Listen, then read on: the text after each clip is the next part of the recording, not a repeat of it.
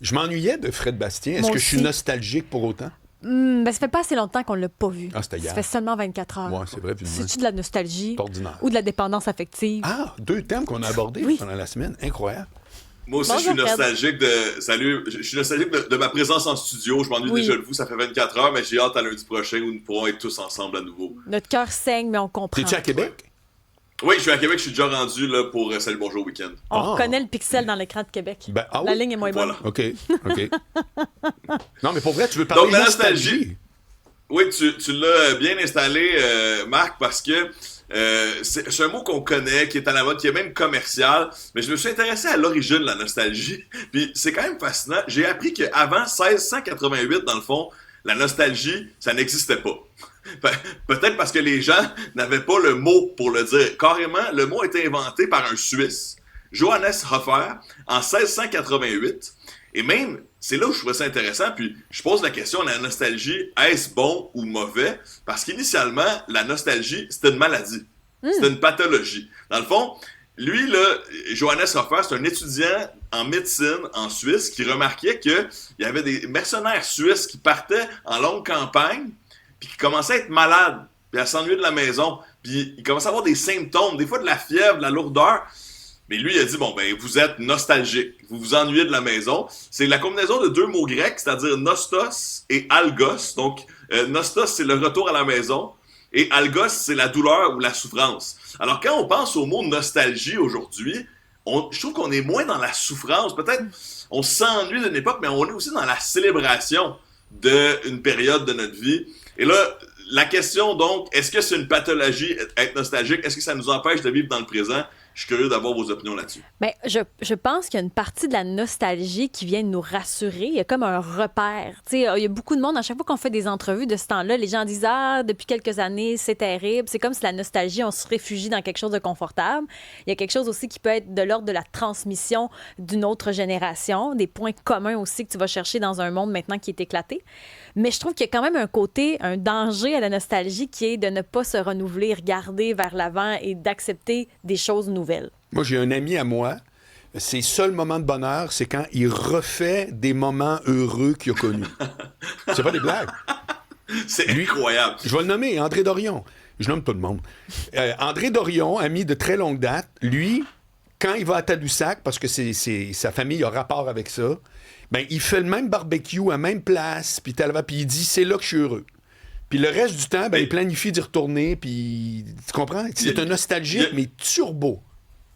Il y a une part de moi qui comprend ça quand même, mais effectivement, j'ai l'impression que ça te prend aussi des nouvelles expériences si tu veux augmenter tes moments de nostalgie, tu sais, donc de balancer un peu les deux. Il y a de quoi de rassurant, je pense, dans le faire ce qu'on a fait. Puis moi, ma théorie aussi, c'était qu'on est tous nostalgiques de notre jeunesse. Si on a eu une jeunesse heureuse, là, on est tous nostalgiques de notre jeunesse. Là, je me disais, dans le fond, dans les années 90, c'était donc merveilleux. Il y avait les Pokémon, puis on n'avait pas encore connu la guerre et le 11 septembre. Mais dans le fond, c'est juste que j'étais jeune, puis j'avais pas la mentalité d'avoir une vision plus globale avec les enjeux anxiogènes qu'on connaît aujourd'hui. Je pense qu'on idéalise un moment dans notre vie où on est un peu plus innocent dans tous les sens du terme. Puis donc de simplement vivre dans cette nostalgie-là, peut-être que ça peut devenir problématique. De là à dire une pathologie, je suis pas prêt à retourner là. Et là, oui, vas-y Isabelle. Bien, Christian, sur la messagerie, pour lui, il faut faire une distinction entre nostalgie et mélancolie. Pour lui, c'est 2 choses. C'est très vrai. C'est très bon. J'adore ça. C'est Comment il s'appelle? extrêmement... Christian. Ben, dis bravo à Christian. Ben, bravo, Christian, il t'entend. Okay. Bravo Christian, parce qu'effectivement, la mélancolie, on a l'impression qu'il y a un côté un peu plus triste à ça. Oui, alors que la je nostalgie m'ennuie. C'était mieux avant. Mélancolie, c'était mieux Exact. avant. Il y a du violon là-dedans. Ouais. La nostalgie, c'était bien avant. Exact, c'était donc bien le fun. C'est donc bien le fun quand, alors que l'autre est un peu plus connoté négativement. Là, d'un point de vue scientifique aussi, c'est vraiment fascinant parce que il a fallu attendre aux années 2000 où un groupe de chercheurs ont décidé de rendre la nostalgie positive. Eux, ils ont lancé un groupe qui, vraiment, le Southampton Nostalgia Group. Ils ont mis ça dans leur titre, c'était vraiment leur revendication, en renverser le paradigme clinique pour faire de la nostalgie une émotion saine et universelle. Et ils ont fait des recherches à l'époque, puis 80% des gens disaient ressentir de la nostalgie au moins une fois par semaine. Alors, je trouve ça intéressant, c'est pas si loin, là, 2000. Donc, il y a aussi peut-être... Exact. Donc, il y a aussi dans le discours scientifique puis médical où c'est peut-être devenu moins inacceptable d'être nostalgique, mais j'ai aussi l'impression qu'en tant qu'humanité, la vie est devenue pas mal plus facile dans les 50 dernières années, même si c'est difficile encore aujourd'hui. Mais, tu sais, je veux dire, on n'a pas connu la peste, la pauvreté existe encore aujourd'hui, mais est tellement moins pire qu'il y a 60 ans, il y a 30 ans, etc.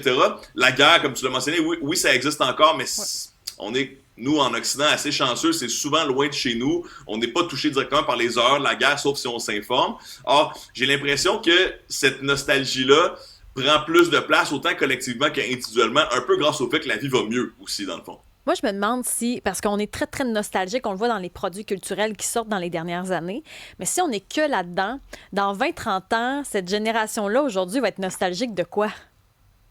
Oui, exact. Mais moi, j'ai l'impression qu'on trouve toujours une nouvelle nostalgie parce que justement, j'avais vu sur un forum très populaire sur Internet, sur Reddit, une question qui demandait aux internautes de quoi ils étaient nostalgiques de l'Internet des années 2005-2010. Et là, bon, c'est les grands clichés milléniaux, là, c'est-à-dire le chat MSN Messenger, toute cette technologie-là. Exact, MIRC, bon, les premiers émoticônes, avant qu'on ait des emojis, on avait des émoticônes. Alors, c'est juste la preuve que chaque génération a sa nostalgie. Puis, tu sais, je fais un grand saut dans le temps en arrière. Les baby boomers aussi, là, ont ça partout. Tu sais, si vous regardez les fameuses chansons de Noël que tout le monde connaît, là, les grands classiques, l'autant américain que ce qu'on entend en français au Québec. Je parle pas de Minuit chrétien, là, les chansons commerciales, Jingle Bells, etc. Mais elles ont pas mal toutes été inventées au moment où les baby boomers étaient dans la tendre enfance.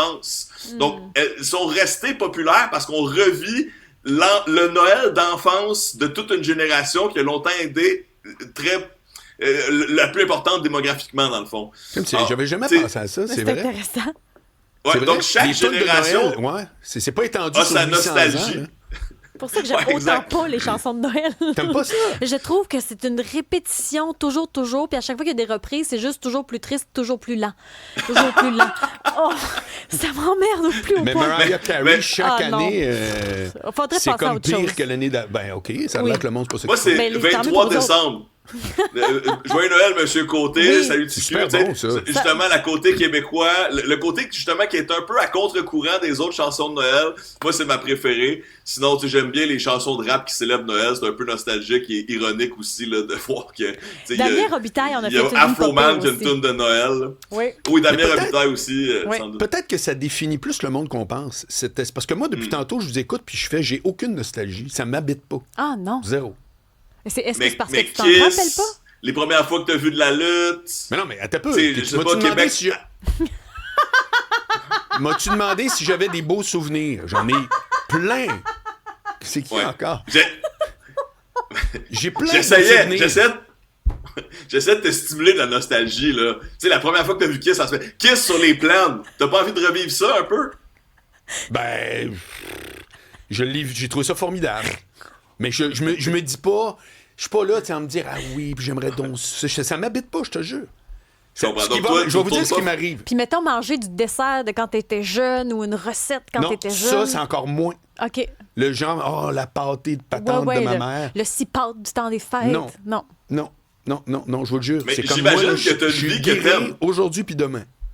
Exact. T'as une vie que t'aimes, ça te permet de vivre dans le moment présent. Puis je pense que, tu sais, sans faire une grande allégorie sur les religions et la philosophie, mais tu sais, la plupart des grandes religions parlent du moment présent, puis de la pleine conscience, puis d'apprécier le moment présent. Donc, non, mais il y a ça aussi quand même, là. Marcel Veilleux, s'il y en a que j'influence, c'est bien clair que c'est notre recherchiste. Mon Dieu. À chaque fois que j'arrive, je fais, t'es pas obligé d'être à genoux quand j'arrive. Franchement. C'est bizarre. Fred, t'es découragé. Tu racontes même pas, toi, ta position là-dedans. C'est important avant de citer. T'es-tu quelqu'un de nostalgique? Individuel, je pense qu'effectivement, quand je vois une vieille émission de Pokémon qui passe, ça me met dans un certain état. Plus jeune, là, j'avais la grande chance d'aller parfois à la semaine de relâche en Floride avec ma famille. Pour moi, la Floride va toujours être associée à une espèce de confort, de moment doux, où il n'y a pas d'anxiété, il n'y a pas de stress, on est tous ensemble, on pense juste à ce qu'on va manger pour souper puis se baigner un peu dans l'océan. Donc, c'est là où je ressens le plus cette émotion qu'est la nostalgie. Mais tu sais, Puis encore une fois, je reviens souvent à ça, mais il y a 7 mois, j'ai eu un enfant. Là, ça te ramène dans le moment présent solide. Là, tu sais, c'est elle là, qui va vivre ces expériences qui deviendront peut-être un jour nostalgiques pour elle. Mais tu sais, bon, rapidement, elle s'est mise à marcher à 4 pattes là, de manière un peu plus efficace très récemment. Je veux dire, il n'y a rien dans le monde qui existe à part ça présentement pour moi. Ben oui. Alors, écoute, moi, je vais terminer là-dessus, mais je veux pas avoir l'air... en tout cas, je veux pas que personne prenne ça mal, mais moi, je suis très, très nostalgique du temps où Fred Bastien était bien habillé. Mais ça, c'est moi. Est-ce que c'est déjà arrivé un jour? C'est une bonne question. Oui, mais aujourd'hui, mettons, le salut, bonjour, pas sûr que je te recommande de t'habiller de même. Mais ça, c'est mon goût. Je faisais la route sur la main. T'aimes pas mon chandail tie-dye? Je suis nostalgique d'une époque que je n'ai pas connue. Je suis nostalgique des années 70. T'as l'air d'un chandail Woodstock, comprends-tu? C'est comme, man, je sais même pas si c'est quoi Woodstock. En tout cas, bref, on l'aime beaucoup, mais il est mal habillé. Salut, Fred. À lundi.